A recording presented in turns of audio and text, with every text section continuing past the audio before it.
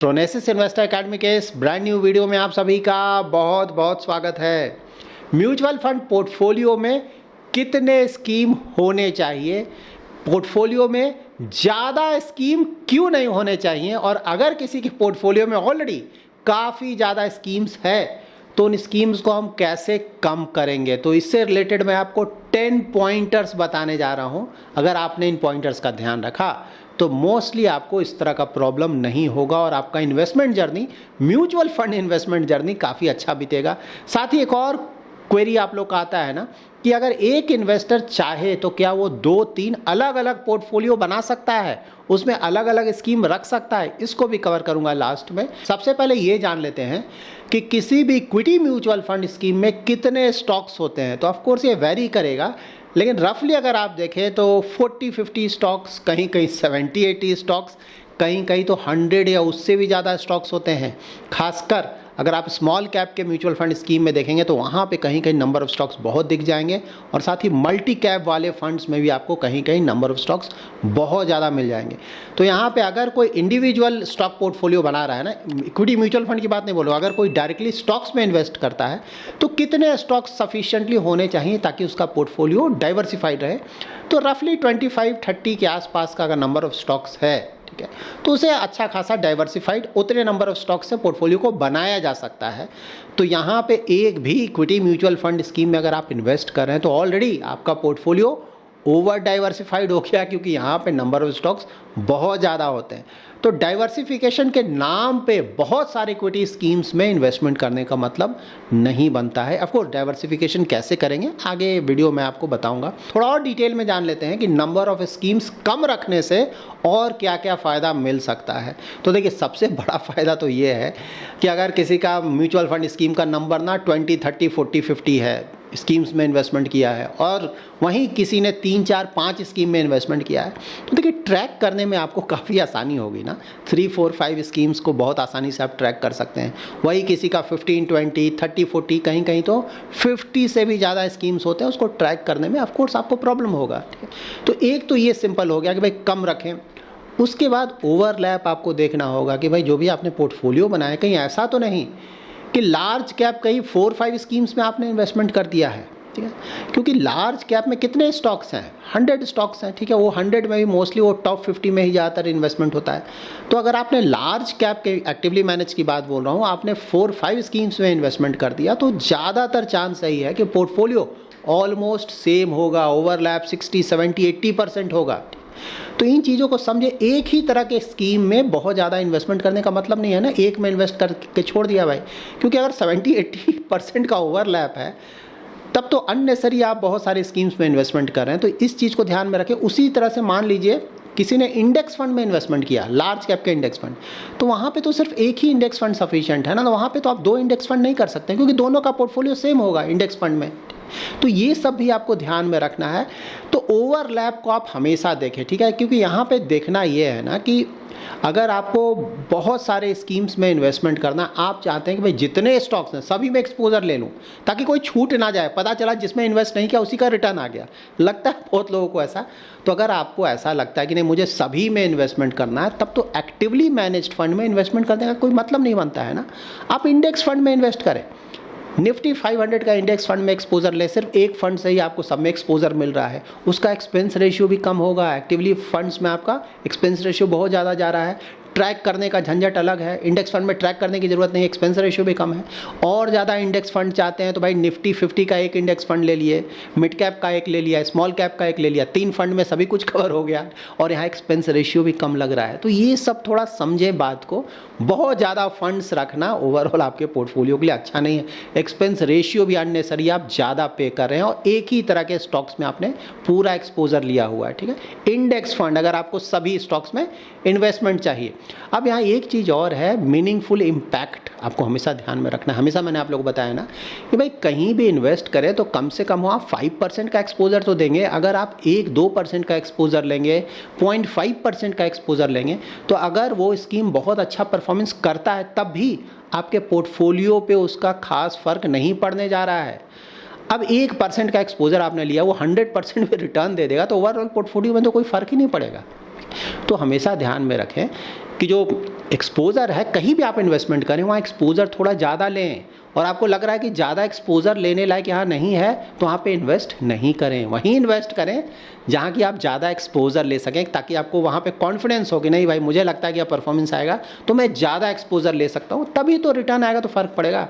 कितना भी एक्सपोज़र ले लें आप ना, पता चला 50-60 स्कीम्स में आपने एक्सपोज़र लिया, सब में 1%, 2%, 0.5%, 0.2%, किसी 1-2 स्कीम का या 4-5 स्कीम का बहुत ज़्यादा रिटर्न आ भी गया तो पोर्टफोलियो पे कोई फ़र्क नहीं पड़ेगा। तो इन चीज़ों को ध्यान में रखें आप, बहुत ज़रूरी है। अब जो 10 पॉइंटर्स मैंने आपको बताया था ना, उसके बारे में मैं बताता हूँ, ठीक है। बहुत सारे स्कीम्स में आपने इन्वेस्टमेंट कर लिया, उसको कम करना चाह रहे हैं, कर नहीं पा रहे हैं, कैसे करें, तो ये कवर करता हूँ। तो देखिए, सबसे पहले तो पोर्टफोलियो को एक बार आप एनालाइज करें ओवरलैप, जो कि मैंने ऑलरेडी आपको बताया। अगर 2 स्कीम में कहीं भी 40-50% से ज़्यादा का ओवरलैप है, ठीक है, तो वहाँ पे अवॉइड करें, कंसोलिडेट करें वहाँ पे।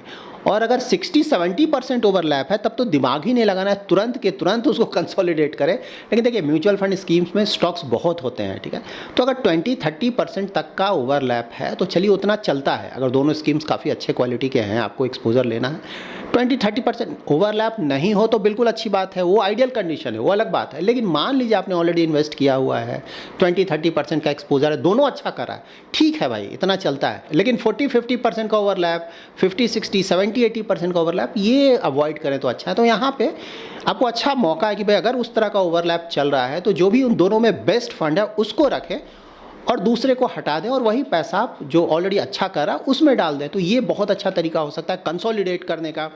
दूसरा है जो कम एक्सपोजर वाले फंड्स हैं ना, जिसके बारे में ऑलरेडी आपको बताया कि भाई कहीं आपने 0.5% का एक्सपोजर पूरे पोर्टफोलियो का लिया हुआ है, कहीं 1%, कहीं 2%, उनको हटा दें, ठीक है, उनको बिल्कुल हटा दें भाई। अगर आपको लग रहा है कि वो बहुत अच्छा कर रहा है, कर सकता है, तब ठीक है, वहाँ पे एक्सपोजर बढ़ाइए, ठीक है, दूसरी जगह से पैसा निकालिए। लेकिन हमेशा कोशिश करें कि भाई कम से कम 5%, स्टॉक में मैं वही बोलता हूँ ना, स्टॉक्स में अगर आप इन्वेस्ट करें कोई 5% से भी कम का एक्सपोजर लेंगे तो क्या फ़र्क पड़ेगा, कितना भी अच्छा कर ले, ज़्यादा फर्क नहीं पड़ेगा ना आपके पोर्टफोलियो में।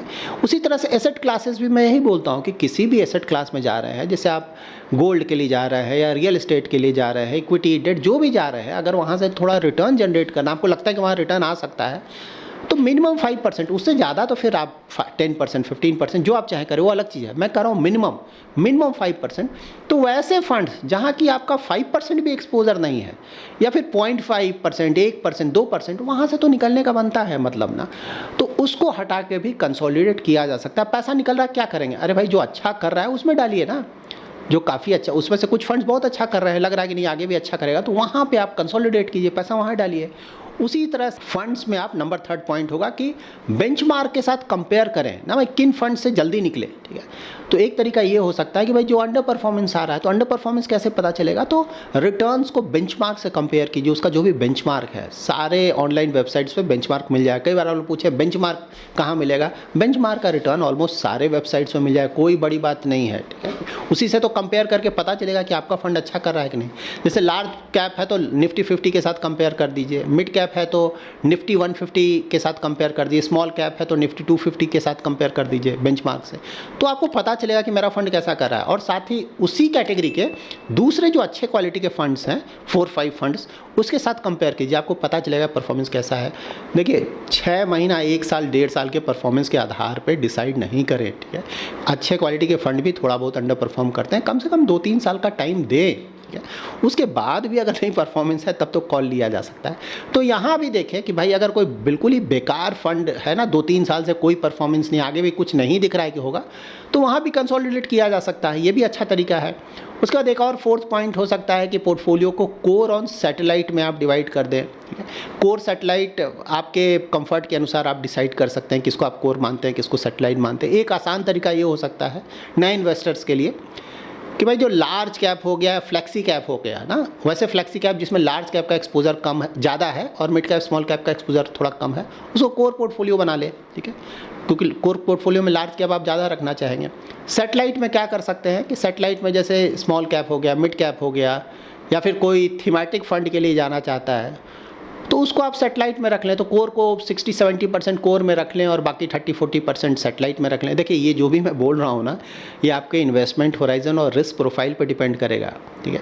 अगर आप ज़्यादा रिस्क नहीं लेना चाहते हैं तब तो आप मिड कैप स्मॉल कैप में या तो नहीं जाएंगे या फिर बहुत कम एक्सपोजर लेंगे।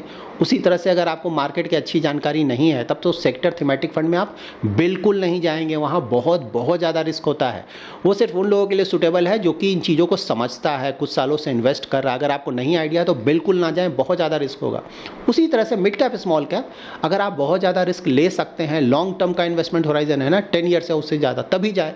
और नहीं तो भाई लार्ज कैप में जाएं एज अ फर्स्ट फंड, और दूसरा फ्लेक्सी कैप फंड में जाएं जहाँ की लार्ज कैप का एक्सपोजर ज़्यादा है, ठीक है। तो इस तरह से भी आप नंबर ऑफ फंड्स को थोड़ा कम ज़्यादा कर सकते हैं, ठीक है।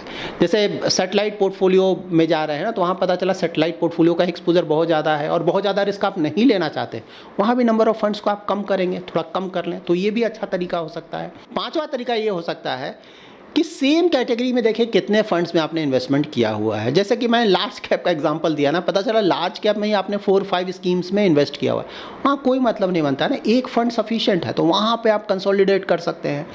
उसी तरह से मिड कैप स्मॉल कैप देखिए, पता चला वहाँ भी 4-5 स्कीम्स में आपने इन्वेस्टमेंट किया है।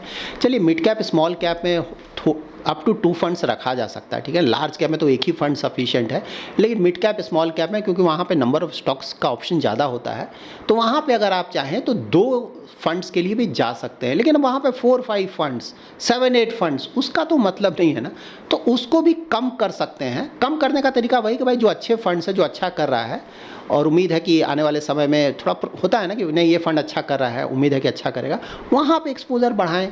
और जहाँ जहाँ लग रहा है कि नहीं थोड़ा डाउन है, काफ़ी समय से डाउन है, थोड़ा डाउन से मतलब नहीं है। कोई भी फंड अगर कुछ महीनों का अंडर परफॉर्मेंस है लेकिन लॉन्ग टर्म ट्रैक रिकॉर्ड बहुत अच्छा है, तो उसका ये मतलब नहीं कि वो फंड ख़राब हो गया। उसी तरह से कोई फंड जो कि लॉन्ग टर्म से अच्छा नहीं कर रहा है लेकिन पिछले कुछ महीनों से अच्छा करने लगा, इसका ये मतलब नहीं कि ऑल ऑफ अ सडन वो फंड बहुत अच्छा हो गया। ये सब समझे, थोड़ा long term track record check करें, उसके आधार पर डिसाइड करें। बट हाँ, ये भी अच्छा तरीका है नंबर ऑफ फंड्स को कम करने का। एक और बहुत अच्छा तरीका नंबर 6 होगा कि भाई अगर आप फंड्स कम करना चाहते हैं, अननेसरी हेडेक नहीं लेना चाहते हैं, तो आप फ्लैक्सी कैप और मल्टी कैप में एक्सपोजर थोड़ा बढ़ा दें। जैसे आप सेपरेटली इन्वेस्ट कर रहे हैं ना, large cap, mid cap, small cap, वो आप छोड़कर क्या कर सकते हैं कि सिर्फ फ्लैक्सी कैप में एक्सपोजर ले लें, और बहुत ज़्यादा रिस्क लेना चाहते हैं तो थोड़ा मल्टी कैप में भी एक्सपोजर ले लें, ठीक है। फ्लैक्सी कैप में देखिए लार्ज कैप जनरली ज़्यादा होता है, मिड कैप स्मॉल कैप कम होता है ज़्यादातर फंड्स में, लेकिन मल्टी कैप में तो मिनिमम 50% का एक्सपोजर आपको स्मॉल कैप मिड कैप में तो लेना ही है। तो इसीलिए मल्टी कैप को मैं बहुत ज़्यादा रिस्की बोल रहा हूँ। तो इससे भी आप नंबर ऑफ जो स्कीम्स है कम कर सकते हैं, क्योंकि यहाँ पर आपको तीनों का एक्सपोजर मिल रहा है। मान लीजिए आप लार्ज कैप का एक्सपोजर जाना ज़्यादा चाहते हैं, मिड कैप स्मॉल कैप का कम चाहते हैं, तो फ्लेक्सी कैप में जाएं, 2 फ्लेक्सी कैप ले लें। और उसी तरह से अगर आप मिड कैप स्मॉल कैप में एक्सपोजर ज़्यादा चाहते हैं और लार्ज कैप के साथ साथ वहाँ भी एक्सपोजर चाह रहे हैं अच्छा खासा, मल्टी कैप ले लें, 2 मल्टी कैप ले लें, तो वो भी एक अच्छा तरीका हो सकता है नंबर ऑफ स्कीम्स को कम करने का। और वहाँ से भी आपको तीनों मार्केट कैप में अच्छा खासा एक्सपोजर भी मिल जा रहा है। उसके बाद नंबर 7 होगा टैक्स और एग्जिट लोड का ध्यान जरूर रखें। देखिए जब भी आप बेचने जाएंगे ना, तो आपको वहाँ पे शॉर्ट टर्म कैपिटल गेंस और लॉन्ग टर्म कैपिटल गेंस का ध्यान रखना होगा। तो मान लीजिए अगर क्योंकि 1 साल तक, अगर 1 साल से पहले बेच देंगे तब तो शॉर्ट टर्म लग जाएगा, तो भाई बेचना ही है तो ट्राई करें कि चलिए ऑलरेडी इन्वेस्ट किया हुआ है, 2 महीना 3 महीना बचा हुआ है, तो एटलीस्ट 1 साल के बाद बेचें, ताकि टैक्स अगर प्रॉफिट हो रहा है तब टैक्स थोड़ा कम लगे। उसी तरह से एग्जिट लोड चेक कर लें बेचने से पहले कि कहीं भाई एग्जिट लोड ना लग जाए।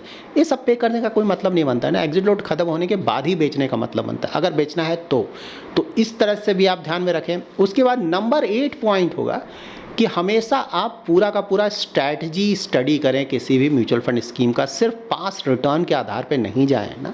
इन्वेस्टमेंट स्टाइल देखें, लाइक मैंने कई बार आप लोगों को बताया ना, growth style of investing, value style of investing, ठीक है।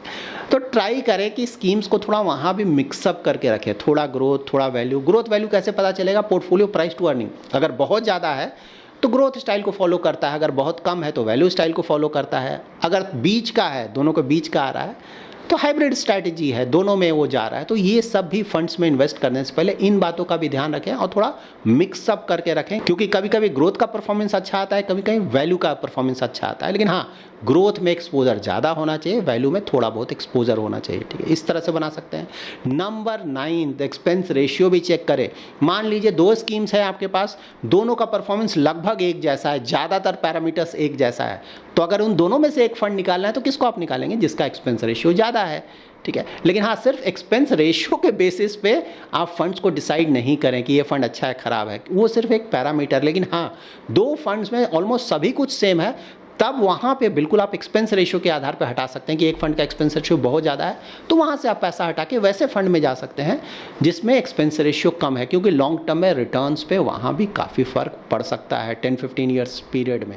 नंबर 10 पॉइंट है कि अपने गोल्स के अनुसार अपने पोर्टफोलियो में थोड़ा बहुत चेंजेस ज़रूर करें ना। जब हमारा एज काफ़ी कम होता है तो हम बहुत ज़्यादा रिस्क लेना चाहते हैं, तो उस समय तो of course mid cap small cap में बहुत ज़्यादा एक्सपोजर ले लिया। लेकिन जैसे जैसे हमारा एज बढ़ता जाता है ना, मान लीजिए आप रिटायरमेंट की तरफ जा रहे हैं, तो वहाँ ऑफकोर्स हम रिस्क थोड़ा कम लेना चाहेंगे, तो वहाँ पे आपका जो मिड कैप स्मॉल कैप का एक्सपोजर है धीरे धीरे आप कम करेंगे, लार्ज कैप का एक्सपोजर बढ़ाएंगे। उसी तरह से रिटायरमेंट के बाद मिड कैप स्मॉल कैप आप बिल्कुल नहीं रखना चाहेंगे, रखेंगे भी तो बहुत कम रखेंगे, और वहाँ पे प्योर इक्विटी के साथ साथ आप ट्राई करेंगे थोड़ा हाइब्रिड में भी थोड़ा एक्सपोजर लें, डेट फंड में थोड़ा एक्सपोजर बढ़ाएं, ठीक है। तो इस तरह से भी आप पोर्टफोलियो को कंसोलिडेट कर सकते हैं, उसमें चेंजेस ला सकते हैं गोल के अनुसार, और अपने लाइफ स्टेज में आप कहाँ पे हैं उसके अनुसार भी पोर्टफोलियो में चेंजेस लाएंगे। हमारे पोर्टफोलियो में कितने स्कीम्स होने चाहिए, तो ऑफ कोर्स ये बहुत सब्जेक्टिव है।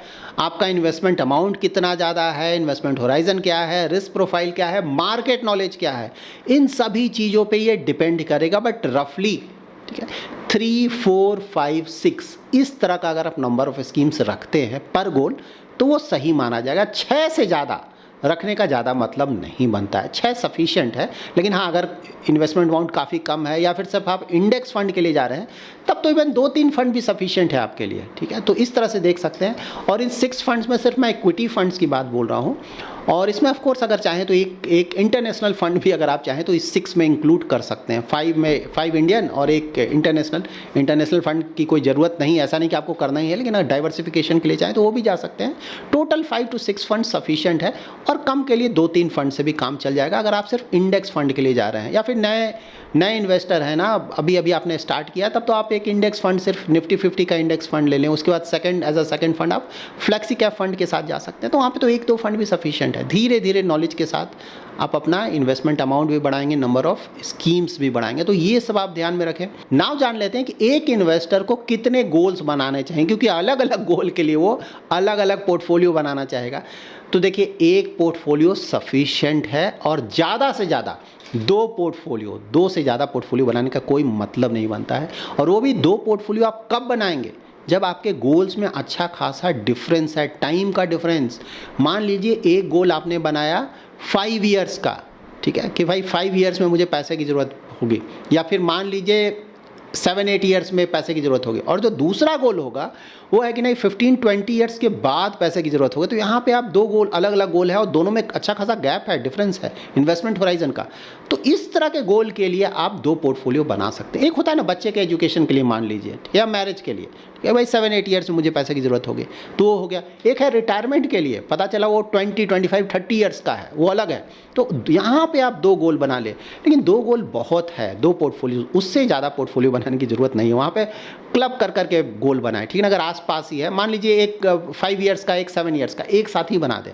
हाँ, बहुत ज़्यादा ना 10-15 ईयर्स का गैप आ रहा है, वहाँ पे फिर 2 पोर्टफोलियोज बनाया जा सकता है। दोनों पोर्टफोलियो में चाहें तो आप अलग अलग स्कीम्स भी रख सकते हैं, क्योंकि वहाँ पे इन्वेस्टमेंट होराइजन भी अलग है, और रिस्क प्रोफाइल का भी थोड़ा डिफरेंस आ जाएगा। क्योंकि अगर आपका इन्वेस्टमेंट होराइजन कम है तो आप थोड़ा कम रिस्क लेना चाहेंगे, जबकि अगर इन्वेस्टमेंट होराइजन और बहुत ज़्यादा है, वेरी लॉन्ग टर्म का है, वहाँ पे आप रिस्क थोड़ा ज़्यादा लेना चाहेंगे। तो वहाँ पे of course mid cap small cap थोड़ा ज़्यादा एक्सपोजर लेना चाहेंगे। तो इस तरह से आप अपना पोर्टफोलियो बना सकते हैं। So that's it in this video. अगर आपको ये वीडियो पसंद आया है तो जरूर लाइक एंड शेयर करें। पहली बार हमारे यूट्यूब चैनल पर आ रहे हैं तो चैनल को जरूर सब्सक्राइब करें। Thanks lot for watching.